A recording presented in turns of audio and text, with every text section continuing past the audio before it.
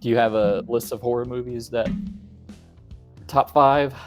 I don't know. I don't know. I try to think of like monster movies and stuff. Like, when's the last time we've had a monster movie? Not like Godzilla, but like, you know what I mean? Like a monster movie. Like, am I just tripping because I don't pay attention? Has there been that many? Because it seems like everything's just been more like psychological horror and shit lately. Yeah, elevated I'm trying horror. to think of like Pumpkinhead and shit. There's monster movies. Oh yeah, Abigail. It's like little vampire girl. Oh, like actual monster. I know, like, well, yeah. I mean, like, you know, I guess. I mean, those count. Like I say, I guess when I think of monster movies and shit, like I think of like more practical effects monsters, I guess. Like I'm like Stan Winston effects and shit like that. Like Fright Night. That's probably one. Fright Night's probably like one of my. I think of see that the gears will start circling. I love Return of the Living Dead, but God, would I classify that as horror? Is that a horror movie? Yes, absolutely a horror movie. Okay, because that would be probably my top one. Just for the overall everything. This is a way of life. What do you think this is all about? You think this is a fucking costume? This is a way of life. The goddamn soundtrack, just everything about that movie. But and there, that's a lot of nostalgia, but also I think it's good. And then A Nightmare on Elm Street would be one, just because it was, you know, the very original first movie was pretty good. I thought it was, you know, especially when I was a kid. It was scary. I mean, the motherfucker's killing you in your dreams and shit. And then, like, the effects in that movie were good for what they until they pull his mom in through the fucking front window. That looked like shit. What was it? Yeah, Fright Night. That movie's the shit. Those are definitely 3 of them. I'll let you give me 3 of them. Okay, I'll start with 5 and work my way up to 1. And I have a lot of honorable mentions. Okay. So it's really hard putting this list together for me, but I try to get a little bit of everything. But so my number 5 would be REC, REC, Spanish zombie movie. Oh yeah, zombie movie. And I put this on here because I remember watching it on a computer with all the lights on, and that last part freaked me the fuck out. Like I'm like, it made me want to crawl on my fucking skin because it's got that the tall, lanky zombie lady, and it's kind of tropey now. Like they use that visual for every horror movie now, so it probably doesn't hold the same effect for a lot of people. But when I saw that movie, I'm like, fuck, like her droopy tits and just hunkering around looking for this person who's like just sees her in night vision. I thought it was fantastic. And then you know, I watched REC 2 also, and that's basically like the Aliens to REC 1, because it's like the SWAT team that goes in after everything goes down in the first movie. Oh, damn, okay. Yeah, it's really good 1-2 combo of, so I had to put REC on there, because that's one of the very few movies that actually like kind of scared me when I was watching it as an adult. So when did that first one come out? 2007. Okay. I thought so. I knew it was within the last 20 years. And they remade it called Quarantine in like 2009, I think, and it sucked. But REC that. And then I think the series kind of went off the rails after the second one. Like they made it kind of like a horror comedy. It wasn't found footage. Yeah, I watched a couple of them. They're not great. I'll go to number 4, and it's a classic, and that would be Night of the Living Dead. I just think it's just, well, it's probably like the grandfather of the modern zombie movie, right? So, you know, shoot them in the head to kill them, to eat flesh. A lot of people put Dawn of the Dead over this, but I kind of like the simplicity of Night of the Living Dead. All these people in this farmhouse, boarding it up, turning on each other, and especially that ending, that gut punch of an ending, where they basically kill the protagonist. Like, I love this movie. I always throw it on around this time of year. Went to see the 35 millimeter print at a theater in St. Louis about 10 years ago, but it was worth it. Let's see. Number 3, I put Hereditary. You probably haven't seen this one, but that's with you got the meme of Toni Collette, where she's like, "Oh, Toni Collette." Yeah. yeah. Yeah. I think I'm familiar with that movie. It just didn't look that interesting to me. Yeah, I saw it in the theater and it freaked me the fuck out as an adult, especially the last part of it. But a couple of points I want to make about it, like people might think is derivative of, say, like Rosemary's Baby or something, which I've never seen Rosemary's Baby, so I can't really say so that it really affect me. I mean, the acting spot on, the direction, just everything. But there's like a specific scene which it's basically the most uncomfortable I felt in a movie, and it had nothing to do with like horror or anything, but it had to do with the grief that someone was showing to the death of a character, basically. And it just built up that scene, and you knew it was coming, and it just like hits like a ton of bricks. Like I hate to like spoil it for you if you ever decide to see it, but then towards I may end up watching it. Yeah, it's fantastic. And then at the end of it is like where it just goes balls to the wall, like supernatural, and there's some really effective creepy shots in it, and the ending is just, it's pretty wild as well. But it's like it's not just jump scares. I'm not a fan of jump scares, but there's shit you see in the background that just kind of like, what the fuck is that? Like you just barely see it, and it's just creeped me the fuck out. But number 2, you probably seen, it's Evil Dead 2, Dead by Dawn. Yeah, oh yeah. Yeah, I just love the movie. It's like it was either this or Return of the Living Dead for me, like the horror comedy. But I'm just leaning towards Evil Dead 2 just because Bruce Campbell is just national treasure. And it's basically remade the first Evil Dead in the first like 5 or 10 minutes of the movie, which I was super confused when I saw Evil Dead 2, and then my mom rented Army of Darkness. I'm like, is this the same fucking guy? It's the same actor with the chainsaw. I had no idea there was a sequel to Evil Dead 2, and then it blew my mind further. There was an Evil Dead 1. And I watched it. I'm like, this isn't funny at all. So I saw the whole series like ass backwards. It's my favorite of the series. I mean, I like Army of Darkness, but I still like Evil Dead 2 better. And a part of me even likes Evil Dead 1 just because I appreciate the humor. It obviously wouldn't be Evil Dead without the humor. And Bruce Campbell absolutely is beloved. But I just want to make sure I appreciate the first one too, because I was the same way. My relationship with the Evil Dead 2 was my mom worked at the video store, you remember, and I would always look at the box art for stuff. The goddamn box art for Evil Dead 2 is a skull with like real human eyeballs in it. It used to creep me the fuck out. Like, it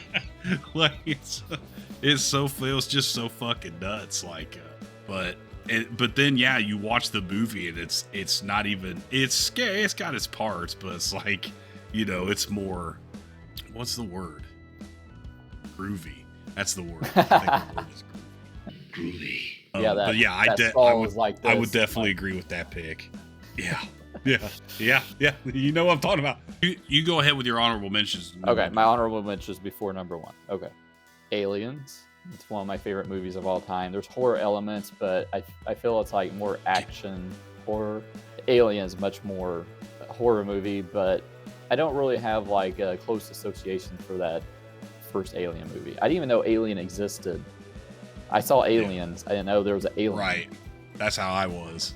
Train to Busan, a Korean zombie movie where they're on a train. Just fantastic movie. They're supposed to make an American remake, which I'm sure will be shit. Another classic I saw recently that I really liked. I was watching all the classic Universal classic horror movies like a couple years ago. They were on Peacock. I watched the Bela Lugosi Dracula. I watched the original Frankenstein. The one I liked the best was The Bride of Frankenstein. That's a legit good movie. Yeah. Especially for that time. So Yeah, it is. I saw all those old movies because I was like, I probably need to watch some of these old, like the old Universal horror movies. I watched several of them. And yeah, Bride of Frankenstein holds up. going with the Frankenstein theme, and my other one's Reanimator. Yeah, I needed to put a H.P. Lovecraft story on here. And another one, zombie movie, 28 Days Later. Hellraiser, because you need the demonic torture. And then for body horror, I'm going with the Fly. So those are my honorable mentions. Yeah. Okay, I agree with all those. The Fly's the shit. 28 Days Later is good. I like that movie a lot. And I also like 28 Weeks Later. And that fucking scene where he's running, like he like leaves his family behind and he's like running. I was like, God damn, that's fucking insane. That opening to plus me I like is that like actor. What's his name? Robert Carlyle. Yeah, that opening is like one of my all-time favorite horror movie scenes. It was just so intense. Yeah, that's fucking nuts. But okay, so my second favorite movie is gonna be the '88 Blob. That movie, I remember the first time I fucking saw that movie, and I didn't see it till I was like a teenager, and I just dude. That movie kind of did fuck me up for a couple of nights. Like, Jesus Christ, like I think they really killed these people with acid. Like, that shit was fucked up. Some of the effects in that movie. And then, God damn it, which Dillon brother is that? Kevin He Dillon. was the Entourage one. Kevin Dillon. And then you've got, I always forget her name. Shawnee it's Smith. like Cherokee or something. What's that? Shawnee Smith. That's it, Shawnee. I said Cherokee. I knew it was something to do with Indian Native American. I knew it was something like that. Yeah, but yeah, and then he like tries to pull him out of the blood, and the fucking arm comes out. Oh my god! Like, just see that's what fucks me up more is like the just kind of like that. I hate like in which Jason was it, like part 3 Friday 13th, where he like uppercuts dude's head off. It just looks like dog shit. Like, Take your best shot.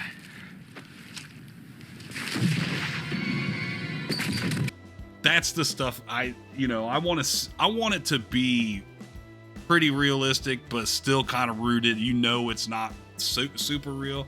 The Blob was really close. Like, that shit blurred reality for me. Which, that goes with my number 1 pick, which is The Thing. The 82 Thing. Or 80. Yep. That fucking movie. That movie gave me the willies. Like, that shit made me feel... That's the shit that made me feel uncomfortable. But it's still... Because it's... that is like... It's not even just the effects, it's just like the emotional strife, and then they're in the shittiest place on earth too. Like, it's so much dread, and then just the way the movie ends and everything in between. Super good acting. Of course the goddamn effects in it, but that movie had the most that movie scared the most of the fuck out of me, probably next to the Blob. And and when I was a young kid, the Return of the Living, that Tar Man scared the fuck out of me when I was a kid, like, because that came out when we were young.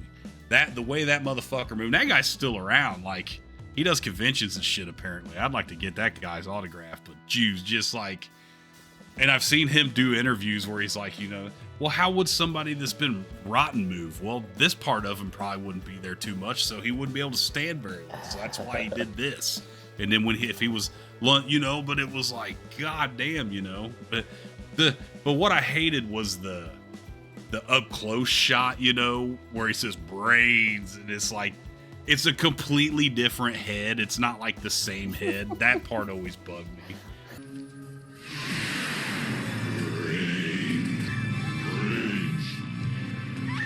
Like, I liked it better when it was like it's the full costume shots of him, because that shit was like fucking way scarier.